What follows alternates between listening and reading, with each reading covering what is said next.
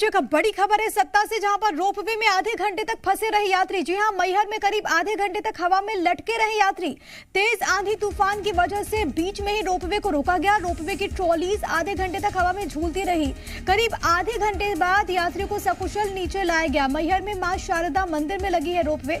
ये तस्वीरें आपके टीवी स्क्रीन पर। और देखिए, मैहर में दरअसल नीचे पार्किंग का एरिया है, ऊपर जाकर माता का मंदिर है। रोपवे के जरिए रास्ता है और बहुत सारे ऐसे लोग भी हैं, श्रद्धालु भी हैं जो कि पैदल यात्रा करते हैं। लेकिन रोपवे की तस्वीरें हम आपको इस वक्त दिखा रहे हैं। संजय लोहानी मेरे साथ, मेरे सहयोगी इस वक्त जुड़ गए हैं। संजय, फिलहाल ताजा स्थिति क्या कुछ बनी हुई है वहां पर?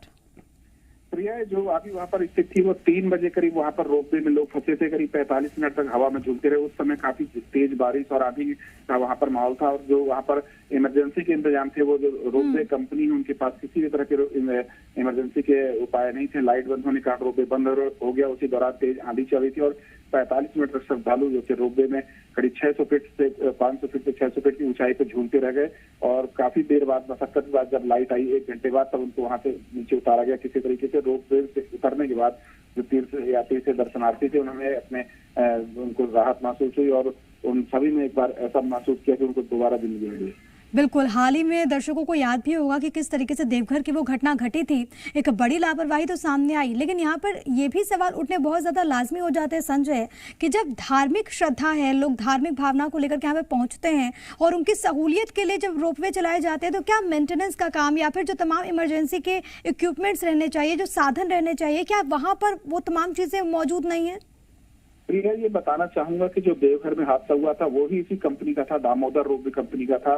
देश में अधिकांश जगह जो रोपवे संचालन हो रहा है वो दामोदर रोपवे के द्वारा ही संचालन हो रहा है। सतना जिले में 2 जगह, चित्रकूट और मैहर में संचालन हो रहा है। बीच में जब इस तरह से समस्याएं इसकी पहले भी आती थी, कुछ महीने पहले यहाँ पर भी रोपवे में घंटों यात्री फंसे थे, उनको रेस्क्यू करके नीचे उतारा गया था।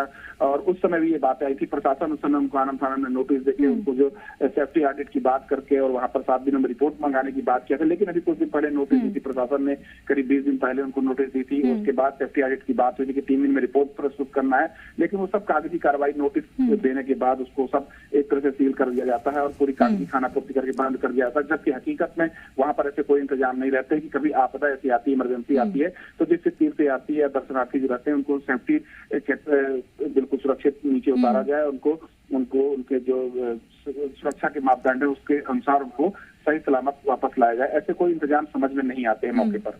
बिल्कुल, और ये बहुत ज्यादा चिंता का विषय है। क्या किसी घटना का इंतजार वो कंपनी कर रही है या फिर प्रशासन कर रहा है? ये भी तमाम तरह के सवाल यहाँ पर उठ रहे हैं। मनमेंद्र सिंह इस वक्त हमारे साथ जुड़ गए, तहसीलदार हैं मैहर से। बहुत स्वागत है आपका। फिलहाल वहां के हालातों को लेकर जैसा हम बात करते संजय से भी, कि वहां पर स्थितियां अभी तो फिलहाल कंट्रोल में हैं, लेकिन आज जो घटना घटी इसके पीछे जिम्मेदारी किसकी है? जिम्मेदारी इसको क्यों यूं देखें कि ये अचानक से आंधी तूफान आ गया, तो इसमें प्राकृतिक कारण है। कोई किसी की जिम्मेदारी नहीं है, किसी की लापरवाही नहीं है। रोपवे चल रहा था, निरंतर यात्री इसमें आ रहे थे, जा रहे थे, उतर रहे थे। आंधी तूफान अचानक आने से इसको रोपवे को पहले रोका गया, फिर धीरे धीरे जैसे जैसे हवा आगे पीछे शांत हुई तो उसमें लोगों को रेस्क्यू किया गया। लगभग आधा घंटे में सभी यात्रियों को रेस्क्यू कर लिया गया। मनमेंद्र जी, अक्सर जब ट्रॉलीज के साथ लोग एक जगह से दूसरी जगह जब यात्रा करते हैं, वहां पर जब सुविधाएं होती हैं, तो जाहिर है कि अगर ऐसे हालात बने तो इसके लिए भी तमाम तरह की व्यवस्थाएं वहां पर होनी चाहिए। ये इस तरह की घटना ये पहली बार है कि अचानक से आंधी आई। तो इस तरह की भविष्य में ये ध्यान रखा जाएगा कि अब जब भी आंधी तूफान की थोड़ी बहुत भी आशंका है या हवा थोड़ी भी तेज हो, तो तत्काल रोपवे बंद कराने का प्रयास किया जाएगा और निर्देश दे भी दिए गए हैं। मानवेंद्र जी, अभी मेरे सहयोगी संजय लोहानी भी जब ग्राउंड से हमें जानकारी दे रहे हैं, तो वो ये बता रहे हैं कि यहाँ पर भी वही कंपनी उस रोपवे का संचालन करती है जो कि देवघर में जो कंपनी, दामोदर कंपनी, जिसका संचालन कर रही थी। और वहां पर कैसी घटना घटी बताने की जरूरत नहीं है। मैहर में ये राहत की बात है कि कुछ ऐसा नुकसान नहीं हुआ है, लेकिन क्या हम वैसे नुकसान का इंतजार कर रहे हैं? क्या अभी तक कोई ऐसे कदम अभी तक उठाए नहीं जाने चाहिए थे? देखिए, रोपवे जहाँ भी संचालित रहते हैं तो उनकी सुरक्षा व्यवस्था रहती है, लेकिन अचानक से जो प्राकृतिक कारण जो पैदा विक्षोभ उत्पन्न हो जाते हैं तो उनके लिए कोई भी ऐसी तैयारी अलग से तो की नहीं जा सकती है। निश्चित तौर पर हमें प्रिकॉशन लेके और आंधी तूफान की आशंका को दृष्टिगत रखते हुए रोपवे पहले बंद कर देना चाहिए, इतना जरूर है। बिल्कुल, ये बहुत ज्यादा जरूरी है। क्या अब आगे जांच होगी इस पूरे मामले में? देखते हैं, कलेक्टर साहब के निर्देश जैसे ही मिलेंगे या प्रशासक महोदय के, तो जांच भी की जाएगी। मानवेंद्र जी, आधे घंटे तक जो जानकारी सामने आ रही है वो ये कि आधे घंटे तक वहां पर जो यात्री उस ट्रॉली में सवार थे उनको मालूम ही नहीं था कि आखिरकार हुआ क्या है। उनका परेशान होना तो लाजमी था। निरंतर उनको सूचना जो माइक लगे हैं पूरे सिस्टम में, उससे बताया गया कि रोपवे फिलहाल बंद किया गया है और जैसे ही हवा शांत होती है आपको रेस्क्यू किया जाएगा। और लकीली बीच बीच में जैसे ही हवा अपन को टाइम मिला, अपने आधा घंटे इंतजार नहीं किया कि एकदम बंद हो जाए।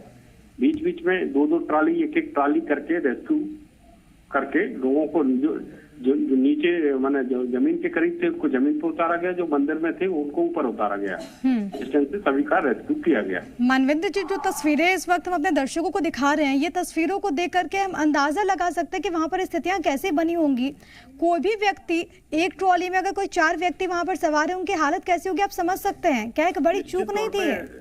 निश्चित तौर पर ऐसी परिस्थितियों में सबको भय उत्पन्न होता है और जान माल की सुरक्षा निश्चित तौर पे सबकी कीमती है और भविष्य में ऐसी घटना ना हो और आंधी तूफान आने के पहले ही सारे सिस्टम बंद कर दिया जाए, कोशिश रहेगी। बिल्कुल, ये बहुत ज्यादा जरूरी है क्योंकि आप समझिए कि बहुत ऊंचाई पर भी है मंदिर। जो माता के मंदिर जाते हैं पैदल यात्रियों के लिए वहां पर तो व्यवस्था होती है, लेकिन ट्रॉली से एक बहुत बड़ी संख्या होती है उन तमाम लोगों की जो कि इस्तेमाल करते हैं, माता के दर्शन करने पहुंचते हैं। उनके लिए बहुत जरूरी है कि सुविधाएं तमाम उपलब्ध हो ऐसी परिस्थितियों में भी।